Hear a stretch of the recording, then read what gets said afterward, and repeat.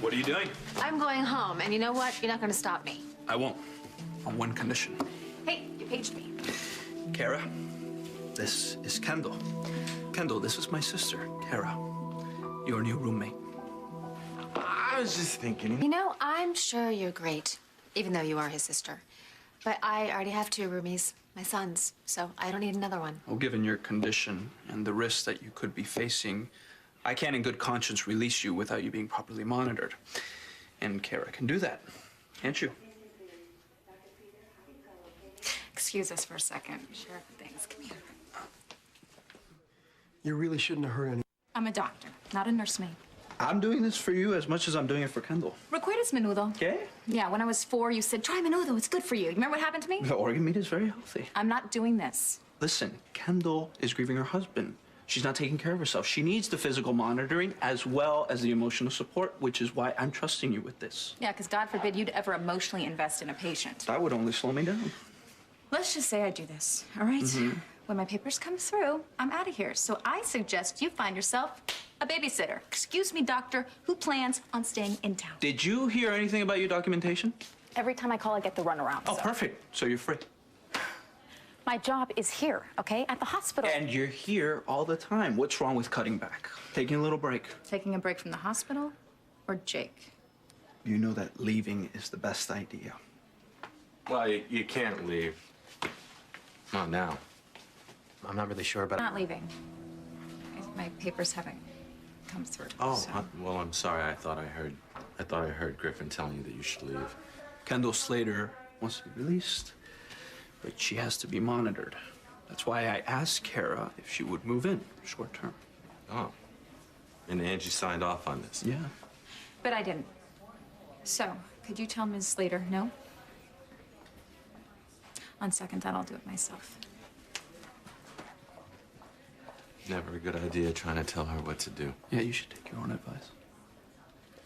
I just don't want you to take this personally. It's just, my brother has a tendency to act like he's in charge of my life, and sometimes I need to remind him to take a giant step back. He really is bossy, isn't he?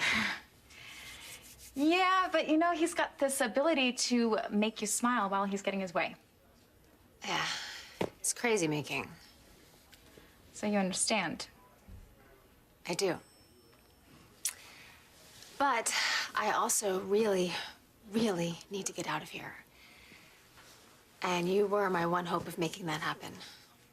Listen, I don't care if you stay one night, but if you agree to this, then I can go home. Look, these are my boys, Spike and Ian.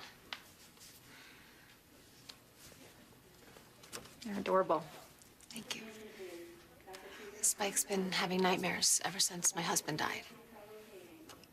Zach was his second father. And so Spike doesn't understand why Daddy Zach isn't coming home. I'm sure that you'll be out of here very soon. So, well, now would be better. Have you ever been stuck someplace where you feel like your head will explode if you're there for 1 second longer? Yeah, I have.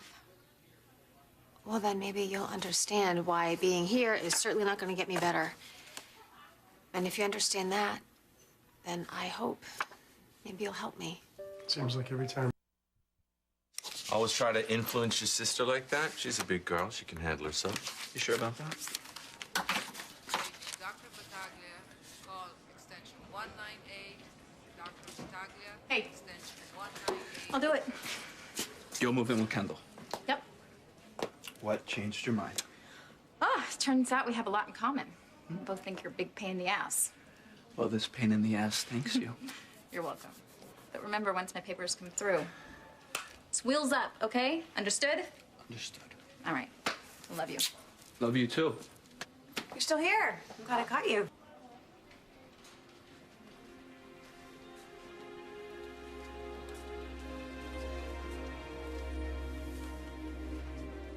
Hi.